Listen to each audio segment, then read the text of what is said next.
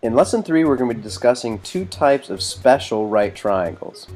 Now the first one is what we call a 45, 45, 90 triangle. And we're just labeling it by the angles that it has. It has two 45-degree angles, and then it's a right triangle, so it obviously has a 90-degree. So my first question is, what kind of triangle is this? And I hope you recognize this as a right isosceles triangle, because you might hear it referred to that way. So if two angles are the same, and the two sides are the same, and then we have the right angle. So we're going to look at the most basic 45, 45, 90 there is, where all of the sides equal 1.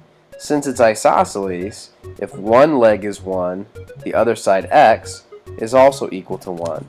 And since it's a right triangle, we could then do the Pythagorean theorem and say 1 squared plus 1 squared equals y squared, but 1 plus 1 is simply 2.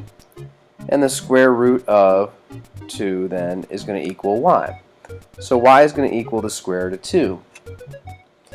But we learned previously that any two triangles that have the same angle measurements, like another bigger 45, 45, 90 triangle, is going to have sides that are in proportion.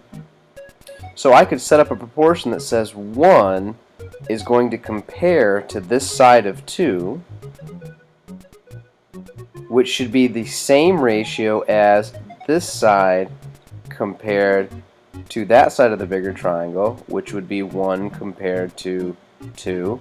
So that means x has to be 2 here, which makes sense because it's isosceles. But the important part, or the interesting part, is this hypotenuse has to match up to this hypotenuse in the same ratio. And so we said this one was root 2. We need root 2 compared to my new hypotenuse of y. So we can just use one of these proportions. We can say 1 over 2 will equal root 2 over y, and we can cross multiply. 1 times y is y, and 2 times root 2 is 2 root 2. Now the interesting part is, since we're using the 1, 1, root 2 as our base triangle, every time we do this proportion, you're always going to end up taking 1 times y, which means to find the new hypotenuse, all you really have to do is take the hypotenuse you had, root 2, multiplied by one of the legs, which in this case was 2. And that's where we come up with this theorem down here at the bottom, where it says in a 45, 45, 90 degree triangle, the hypotenuse is root 2 times as long as each leg. And if you look at that, that's exactly what we had. If this leg is 2, this is 2 times root 2. So let's look at a couple examples of that. On the next page, I have a 45, 45, 90 triangle. One of the legs is 6, which means the other leg is 6. But then to get to the hypotenuse, I take that leg times root 2. So y is 6 root 2. That's the theorem.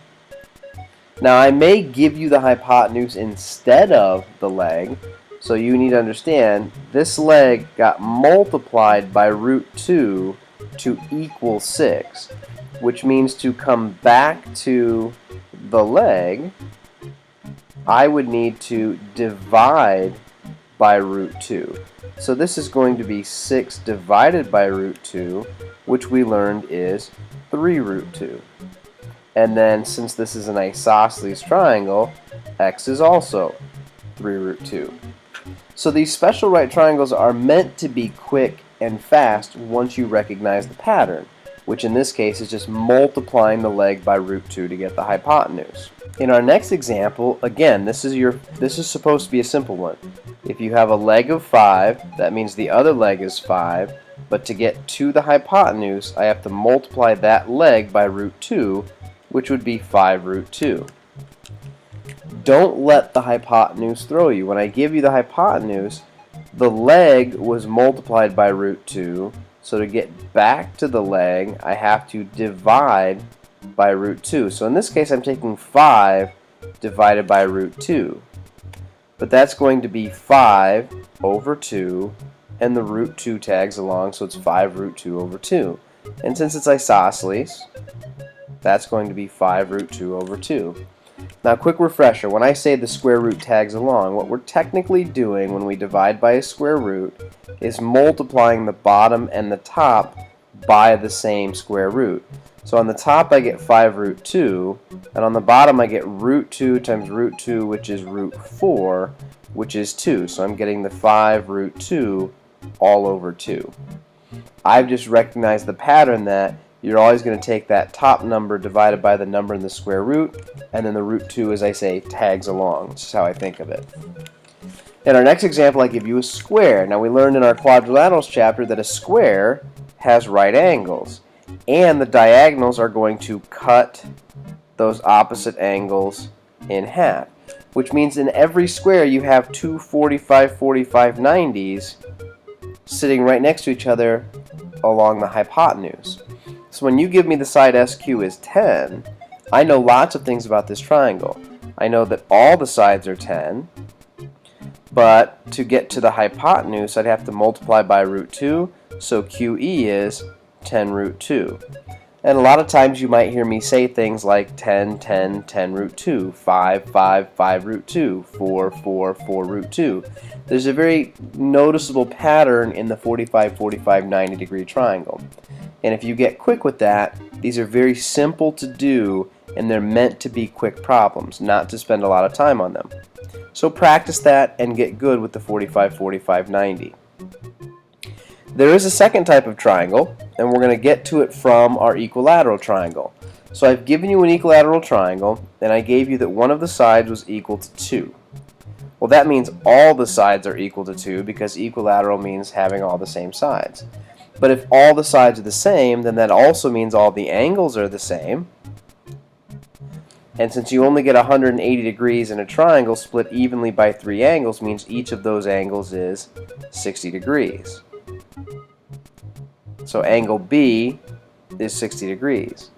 But if you ask me for angle BAX, which is this angle up at the top, an equilateral triangle is isosceles, which means when I draw that altitude AX, I'm cutting that angle in half, or bisecting it, which means up at the top is a 30 degree angle and a 30 degree angle all the time.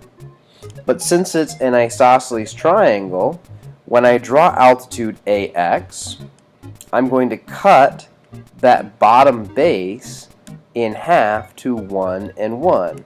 Now remember, this only happens in isosceles triangles, but I do have an isosceles triangle here, so BX is going to be 1, and AC was going to be 2. So if I want to know what that altitude is, actually from A all the way down to X, I could do a simple Pythagorean theorem again. We'll call this question mark. 1 squared plus that question mark squared should equal the hypotenuse of 2 squared. And if you're not seeing the triangle I'm using, I'm saying 1 squared plus the question mark squared should equal that hypotenuse of 2 squared. And then I can solve that and say 1 plus question mark squared equals 4. When I subtract the 1, I get question mark squared equals 3. So that unknown side is the square root of 3. So AX has to be the square root of 3. Now I can use a very similar pattern when I'm looking at other 30, 60, 90 triangles. On my basic 30, 60, 90, that green triangle, across from the 30 was a side of 1, and across from the 60 was a side of root 3, and across from the 90 was a side of 2. So now I can set up proportions using those 3 basic numbers. I can say 2 should compare to 4 in this case, just like RS should compare to 1, and the root 3 should compare to QS. So let's look at this proportion. In the first proportion, I have 2 over 4 equals 1 over RS. So I cross multiply, 2RS equals 4, so RS must be equal to 2.